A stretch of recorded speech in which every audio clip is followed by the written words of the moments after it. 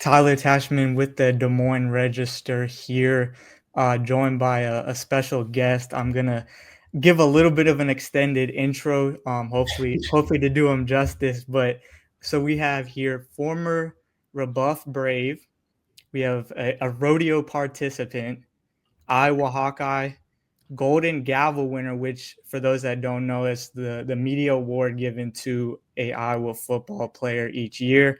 We have a charity softball home run hitter, LeBron James super fan, and okay, so bear with me on this one. Indiana Pacers bandwagon fan.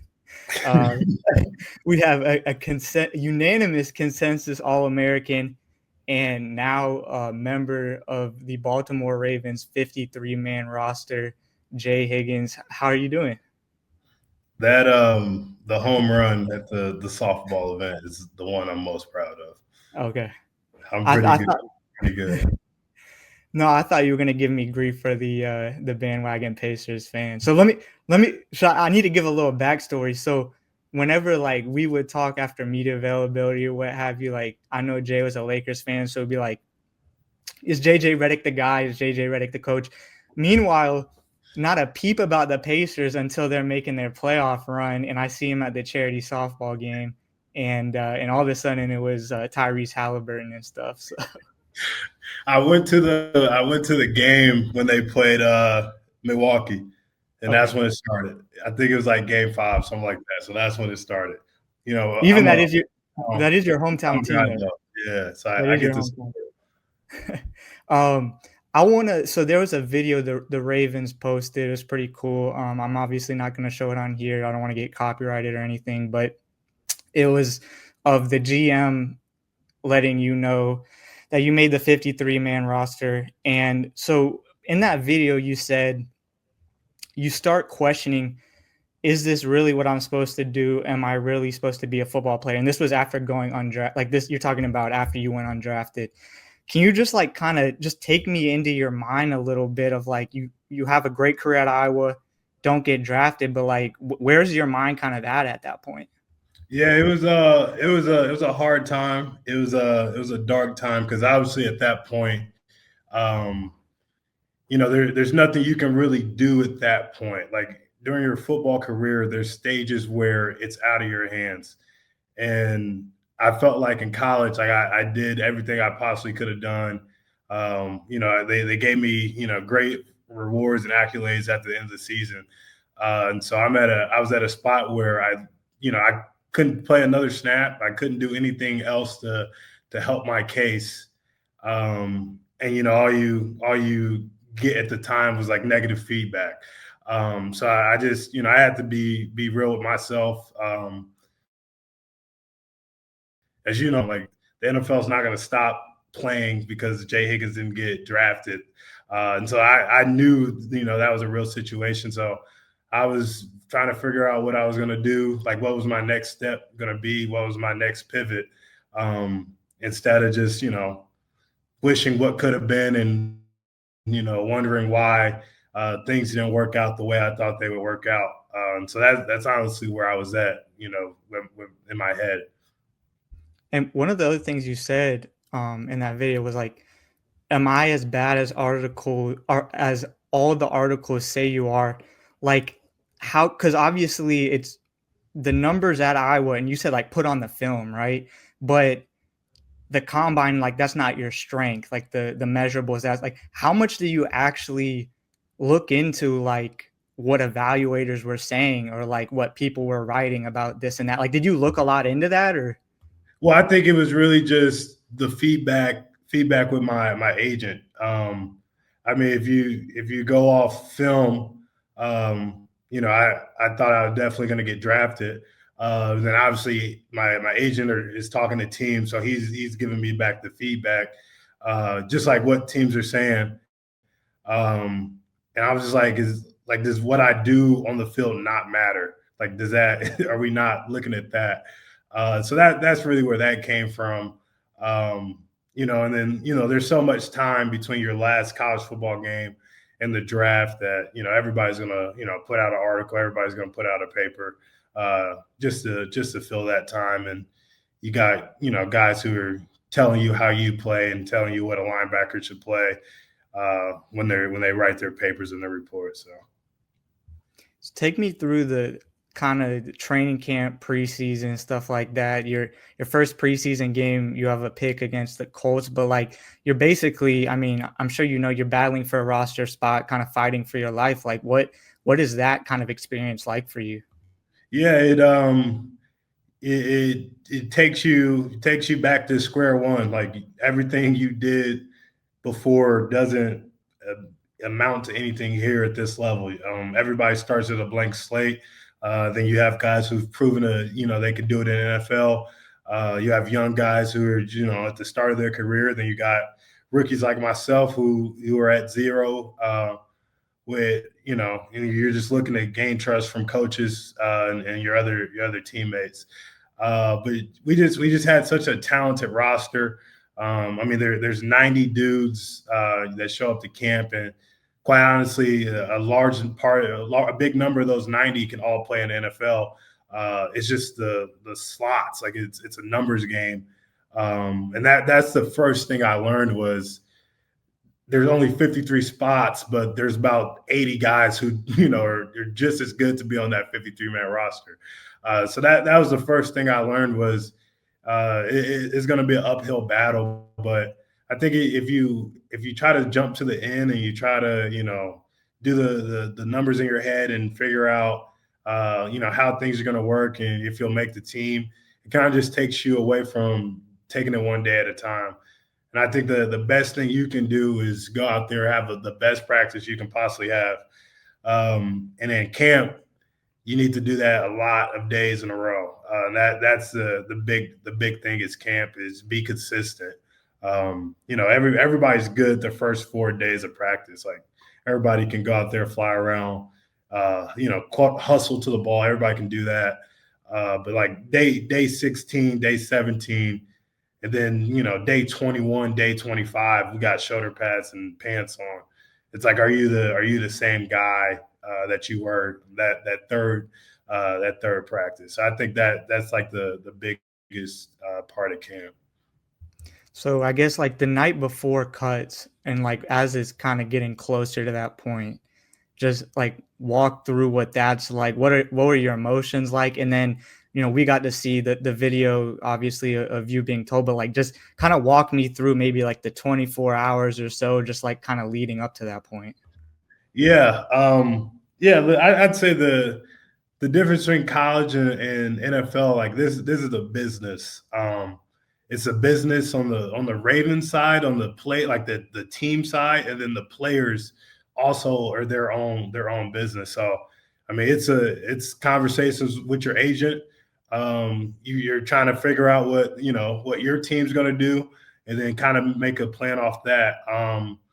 And so we were really just making a game plan. Like, obviously, it'd be great to make the team.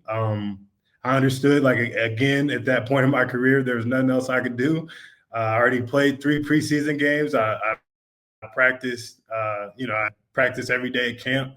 And so the decision, is in their hands. And it's up to me to, if I make the team, that's good. But if I don't, how are we going to respond? How are we going to move forward. But I keep it real. Like I don't try to sugarcoat it. I think you ask my dad, he'd probably say like, "Oh, you're gonna make the team." But like I said in the video, I mean there were just so many talented guys on the roster.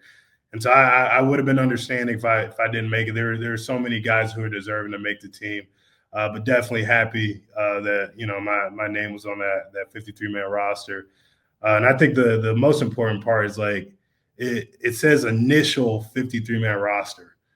Like this is like I'm not on a scholarship. Like and then my head coach isn't Kirk Ferentz who's gonna like sign my 4-year scholarship. So I have 4 years guaranteed. Like this is a week to week business.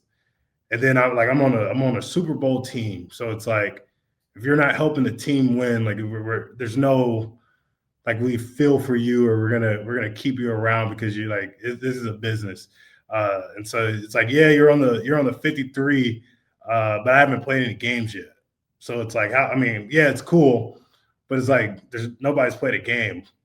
So it's like, ask me the same question, after week one, after week two, after week 10, after week 15. I think that's really what I'm focused on.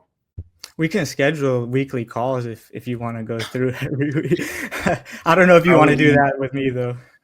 I was doing linebacker talk with Roquan and the other linebackers on the field, so that's why I got to you a little late.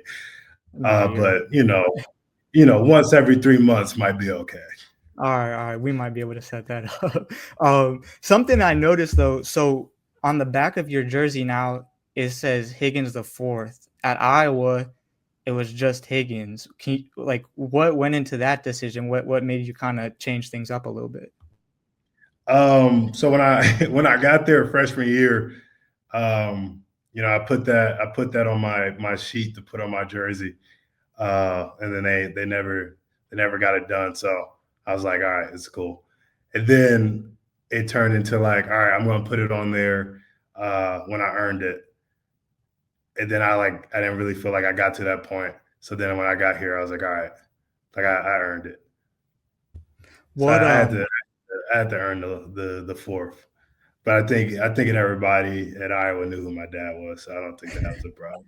No, so you went it's from hawk hawk hawk to flock flock flock now. That's the new thing. My dad did that. You said Yeah. you did that. My dad. Oh, I'm focused on beating the Bills. My I got you. my father's flock flock. Well, I saw I think we're recording this on Thursday. He said it's him and your mom's anniversary. So happy anniversary wishes to them. Um I don't know if you're in the loop, but I think Iowa has a big game on Saturday. I'm pretty sure against Iowa State. You've There's won. TJ Tampa's up here, Jake Hummel, and Charlie. Okay. But I got Lindy up here, so we good. I got Lindy. But if You've you won if in. you see some of those dudes wearing some Hawkeye gear, you know what happened. Is there a bet? Is there a bet going on? Yeah, I think I might like whoever loses has to wear the other guy's gear. Some nice like that. Um, no, but you've gone into Jack Trice twice, right? And won, I believe. Um, Yeah, yeah. what what does it take? First road start, and Okay, then Nick Jackson second game as a Hawkeye, went in there and won. that's right. Good linebacker. Yeah. What does it take? What does it take? You feel like keys to go in there and come out victorious? They're gonna have their runs. Their offensive coordinator is gonna come out there, give you cute formations, and ultimately run the same play. Uh, they could try to get in these big, heavy personnels with three tight ends in the game because they think that's cool. But you just gotta they're gonna have their ways of good plays and always have talented receivers, always have good corners, always have a good defense. But you got to play the full 60 minutes, and whatever happens there happens. And I mean, mention your dad a little bit, but also in that video, so you called him after, like, what was it after you made the roster? Like, what? Just kind of describe what that moment was like to be able to tell him that you made the 53 man. Yeah, it was crazy because um, like I definitely felt my parents get nervous throughout the entire process. And then obviously my dad's big on social media, so I mean anything that happens, he tries to let me know. Uh, but I was just happy. Either way, it was going to be a phone call that day, and it was either going to be a good one or a hard one. And I was just happy that my family got to experience that. Because we definitely felt the hard day on draft day. So I was happy that my family was able to experience that feeling. I want just a few kind of like more rapid fire like questions. So you're stranded on an island I need you to pick. I can Yeah, already. yeah, we're at 15 minutes. Let's get this guy All stranded on an right. island or what? No, all right. You're stranded on an island. I need you to pick two Iowa teammates and one Iowa coach to help you get off. So who are those three? And then I need an explanation as to why. Jack Campbell, Logan Lee, they work well together. Logan Lee's like he's one of those dudes who like walks around barefoot, like a dude like that. And then I'll go Coach Ferentz because no matter what, he'll sound the same and have the same facial expression. We really appreciate Jay taking the time to talk. The Ravens open their season on Sunday, September 7th at the Buffalo Bills. That's Sunday Night Football, scheduled for a 7:20 Central Time kickoff. And then the day before that, Iowa versus Iowa State in Ames. Thanks to everyone for tuning in, and we will see you next time.